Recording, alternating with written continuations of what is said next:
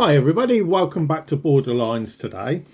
So, we thought because it's that time of the year again, nice hot weather in the summer, coming up to August, my birthday. Okay, yes, 3rd of August, so would appreciate all the birthday cards coming to me. Okay, what we thought we'd take a look at is the amount of international tourists that are actually coming into UK and where they're actually going, because we've got around about 30 to 40 million coming every single year coming to the UK.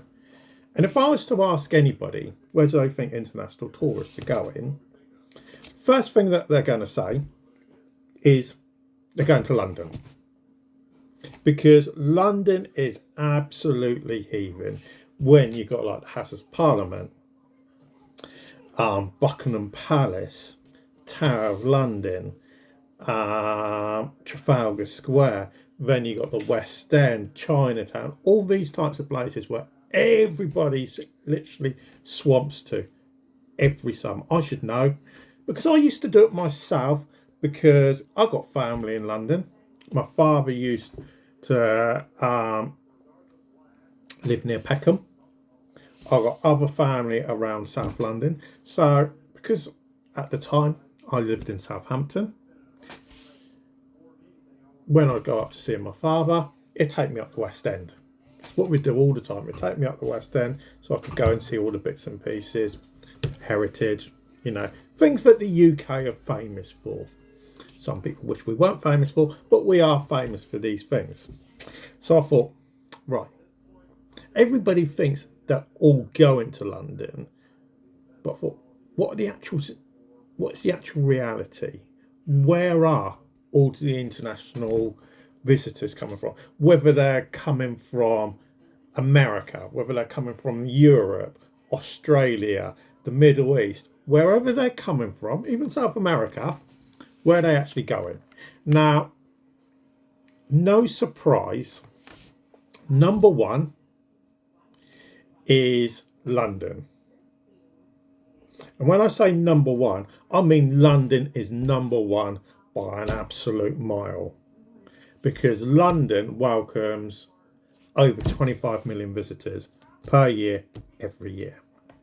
So it's taken the majority of all the visitors. And you've got to remember, you've got the Eurostar coming straight into London, which is, I can't remember which train station, when you've got the major airports, primarily in London, Gatwick, Heathrow, they're going to be taking the bulk of the visitors.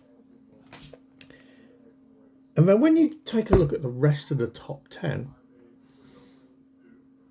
I was actually quite surprised, because some of the places are places I wouldn't have thought of. So Edinburgh, I'm not entirely surprised, because Edinburgh has a lot of heritage. Obviously, you got the Parliament, Scottish Parliament's in Edinburgh. Obviously, you've got the castle. You have Hogmanay towards the end of the year. Okay, so Edinburgh, I'm not entirely surprised, but after that, I am, because there's a lot of towns and cities which aren't really known for a lot of historical stuff going on there, and some of them are not known for being incredibly rich or anything. So in number 3, you got Manchester. Okay, so 3rd comes Manchester, which I was quite surprised by. Okay, number 4, Birmingham. Birmingham is a city I've been to before. Normally go up there for when I go fishing, whether I'm going up onto the Trent or the Severn. Okay, so another one. Yes, they got quite a good music scene around the Birmingham area. A lot of famous bands have come from that kind of area, especially when you're looking at heavy metal, the likes of Judas Priest, Black Sabbath, all of that. UB40, Duran, my favourite band, Ocean Colour Scene, all come from around the Birmingham area. And obviously, you got some big football teams around there as well. Number 5 comes Glasgow. which is one I was completely surprised by, for Glasgow being in the top 10. Number 6, Liverpool. Yes, another city with a good music scene, or have historically, the likes of the Beatles. I'd love to know why else people are going to Liverpool, because to be honest, I don't actually honestly know. I can't think of any reason anybody, as an international tourist, would want to go to Liverpool. And that's not to say there's nothing wrong with Liverpool or anything. Okay, number 7.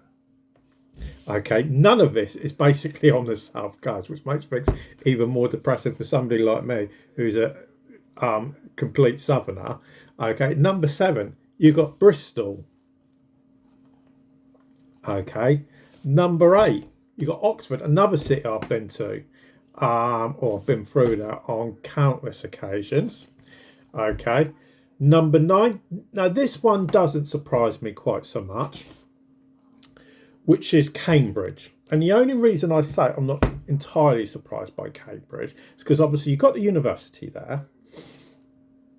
And so obviously they're going to get a lot of international students, Cambridge will, which means they're going to get families coming to see them.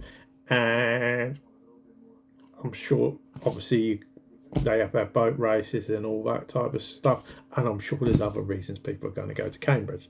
But now this one is completely unsurprising, which is Cardiff.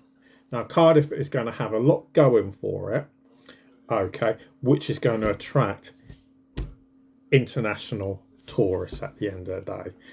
Not only just because obviously they're going to have their stadiums around there, which is going to attract people, especially if it's football or especially rugby. You're going to have people coming there, so doesn't surprise me in the least. But what I'm going to ask is, what other cities around the UK would you think should be in that top 10, or should be higher, or which ones do you think should be lower? I'm thinking, why on earth are people going there? Don't anybody say London, because you're wasting your time saying that. So let us know in the comments down below what you think. But for now, thanks for watching. If you're new to the channel, please do subscribe. Give us a like and share. I would appreciate it. But for now, thanks for watching, and we'll speak to you all again a bit later.